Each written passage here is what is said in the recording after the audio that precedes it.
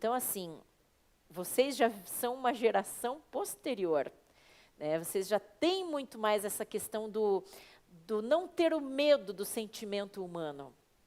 E podem ter certeza, isso os aproxima muito mais.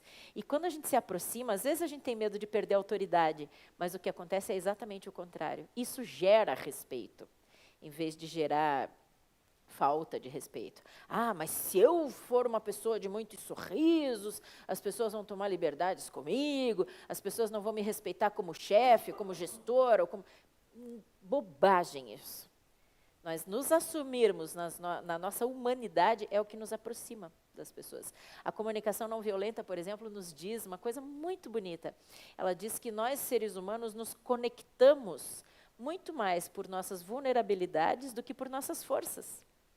Curioso isso, né? Então, se eu quero demonstrar muita força, muito poder, muito distanciamento, muito conhecimento, se eu subo num degrau para falar com vocês, isso me distancia.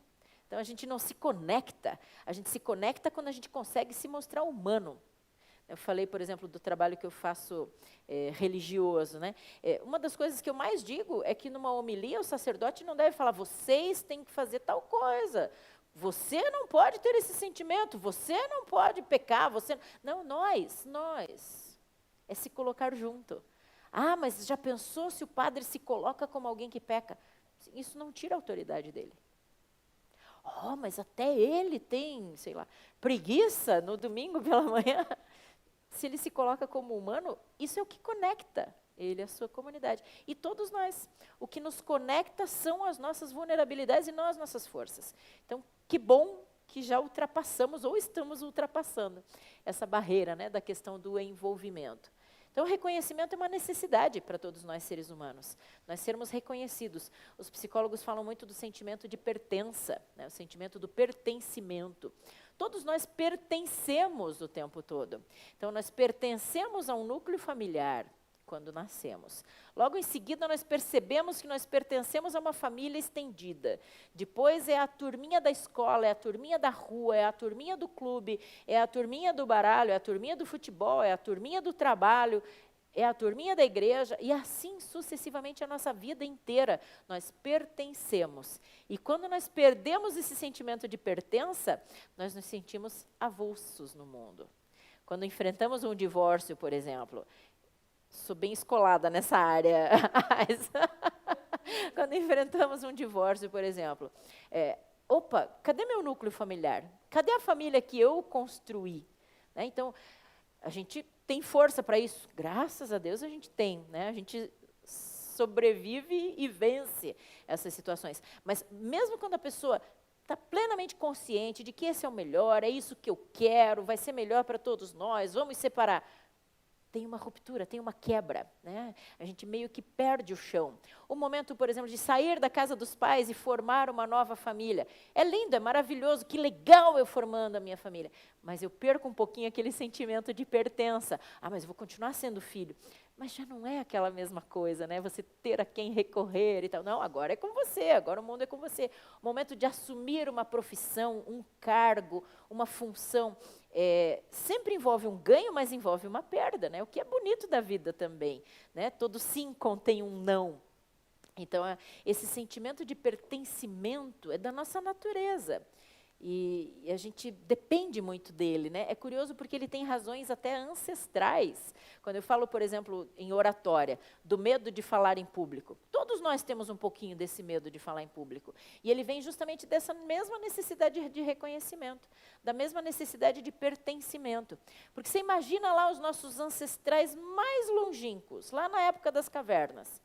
O que representava você desagradar um líder? Sentença de morte. Se você fosse expulso da sua caverna, você ia ter que enfrentar sozinho. Frio, chuva, calor, fogo, neve, animais violentos, animais venenosos, sozinho. Então, era uma sentença de morte. Então, a gente precisa pertencer porque isso nos traz segurança. Desde essa época. O nosso cérebro funciona desta maneira. Então, é da natureza do ser humano. Nós precisamos pertencer, nós precisamos ser reconhecidos naquilo que nós somos. né? Isso remete, por exemplo, à nossa marca pessoal, coisa que nós vamos falar também hoje aqui.